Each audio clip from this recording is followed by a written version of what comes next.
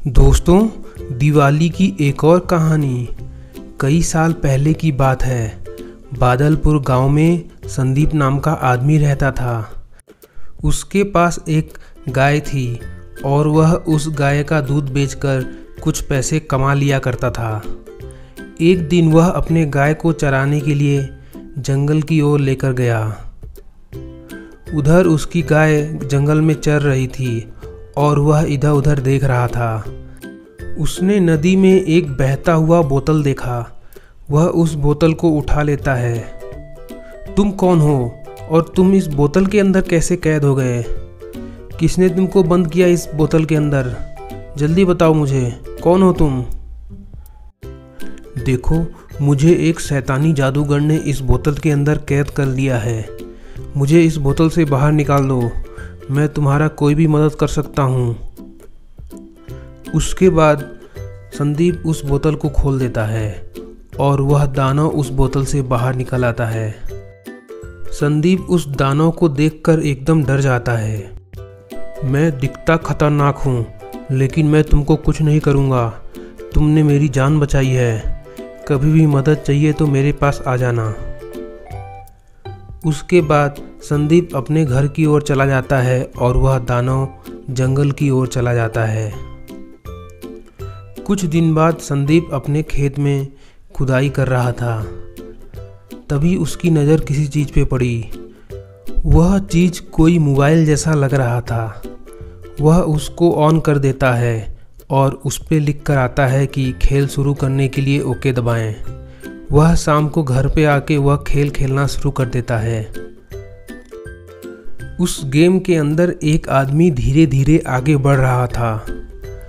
वह आदमी आगे जाकर एक तलवार ले लेता है और उस तलवार की मदद से वह आगे बढ़ता है और धीरे धीरे सभी दानवों पर हमला करना शुरू कर देता है। वह धीरे धीरे हर एक दानव को मारता जाता है और ऐसी जगह पहुंच जाता है जहां पर उसको एक आदमी और कुछ जानवर कैद दिखते हैं। वह वहां पर पहुंच जाता है और उस आदमी से मिलता है। वह आदमी उससे कहने लगता है, राजकुमारी को बचाने के लिए तुम्हें बाघ का सहारा लेना पड़ेगा। पहले तुम उस बाघ को बचाना और उस पे सवार होकर राजकुमारी को बचाना। उस आदमी की सारी बात सुनकर खेल में वह आदमी आगे बढ़ता है और चलते चलते उस जगह पहुंच जाता है जहां पर वह बाघ कैद था। वह उस बाघ को आज़ाद कराता है और उस पे सवार होकर राजकुमारी को बचाने के लिए आगे निकल जाता है। वह दौड़ते दौड़ते ऐसी जगह पहुंच जाता है जहां पर एक बहुत ही खतरनाक छिपकली उसका इंतज़ार कर रही थी। उस छिपकली को देखकर उन लोगों की हालत ख़राब हो जाती है। उस छिपकली के पीछे वह राजकुमारी कैद थी। तभी वह बाघ कूदकर उस छिपकली पे हमला कर देता है। उसके बाद वह आदमी कूदकर अपने तलवार से उस छिपकली के ऊपर बहुत सारा वार करता है। थोड़ी देर बाद वह छिपकली वहीं पर गिर जाती है और वह आदमी राजकुमारी तक पहुंच जाता है। गेम खत्म होते ही उधर संदीप के फ़ोन से कुछ रोशनी निकलने लगी और उसने देखा कि राजकुमारी गेम से बाहर आ गई है। वह यह सब देखकर एकदम हैरान हो जाता है। दूसरी तरफ गेम के अंदर वह छिपकली मरी नहीं थी, वह घायल हुई थी। वह वापस जिंदा हो जाती है और वह भी उस गेम से बाहर निकल आती है। इतनी बड़ी छिपकली देखकर गांव में सभी लोग डर जाते हैं और गांव में एकदम भगदड़ मच जाता है। सब लोग अपना जान बचाकर इधर उधर भागने लगते हैं। वह छिपकली बहुत भूखी थी और खाने का तलाश कर रही थी, इसीलिए वह सबको दौड़ा रही थी। उधर संदीप कहता है, देखो, मैं गांव वालों को बचाने के लिए कुछ करता हूँ। उसके बाद वह संदीप दौड़ते दौड़ते उस दानव के पास जाता है जिसको उसने बोतल से आज़ाद किया था। वह दानव से कहता है, देखो, हमारी मदद करो। एक बहुत बड़ी छिपकली ने हमारे गांव पर हमला कर दिया है। तुम कोई उपाय बताओ। उधर दूसरी तरफ वह छिपकली बहुत भूखी थी और एक बकरी को खा जाती है। उसके बाद वह बड़ी छिपकली इधर उधर गांव में टहलने लगती है। दूसरी तरफ वह हरा दानव अपने शक्ति का इस्तेमाल करके एक रोबोट चूहा को प्रकट करता है। उसके बाद संदीप उस चूहे के अंदर घुस जाता है और उसको चलाना शुरू कर देता है। वह तेज रफ्तार से गांव वालों को बचाने के लिए गांव में आ जाता है। गांव में आकर वह कहता है, लगता है वह छिपकली थोड़ी दूर चली गई है। इससे पहले कि वह छिपकली वापस आए हमें कोई उपाय ढूंढना पड़ेगा। गांव वाले एक जगह बहुत सारा पटाखा रख देते हैं और ऊपर से घास से ढक देते हैं। एक आदमी नीचे से आग लगाने के लिए रेडी रहता है। उसके बाद संदीप चूहे की मदद से उस छिपकली का पीछा करता है। वह छिपकली उस घास के पास आ जाती है। वह आदमी आग लगा देता है और वह छिपकली लॉन्च हो जाती है। वह छिपकली सीधे आसमान में जाकर जल के राख हो जाती है।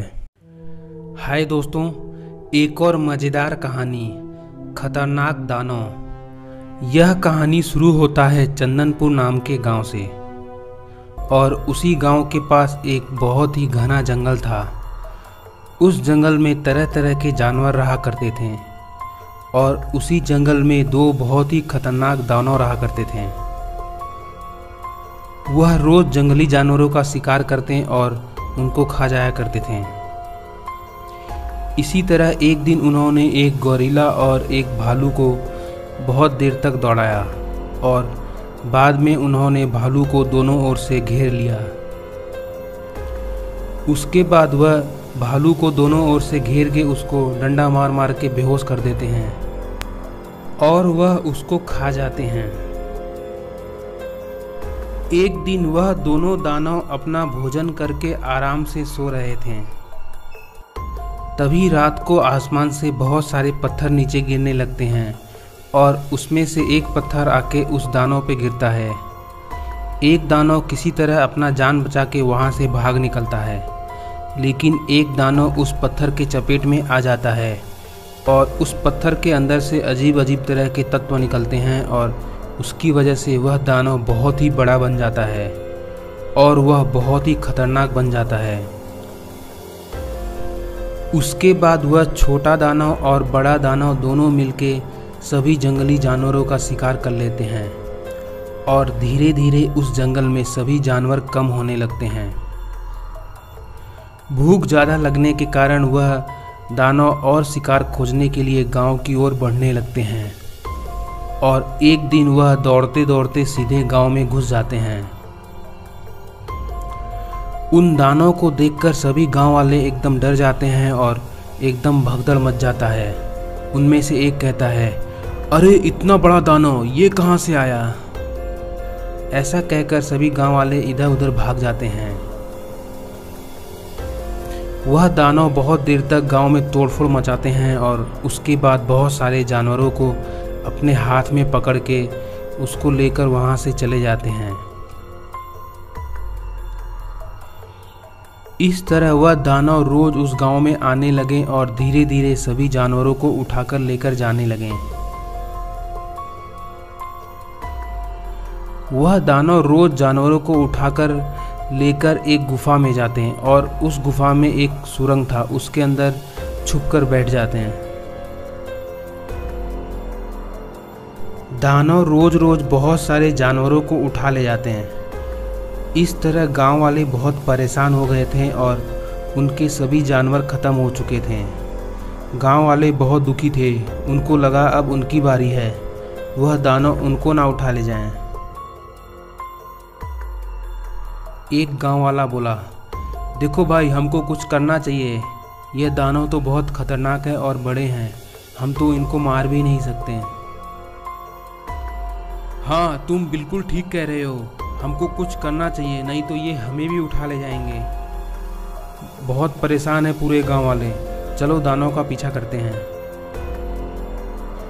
ऐसा कहकर वह तीनों उस दानव का पीछा करने लगते हैं और उस गुफा तक चले जाते हैं जहां पर वह दानव छुप के रहा करते थे।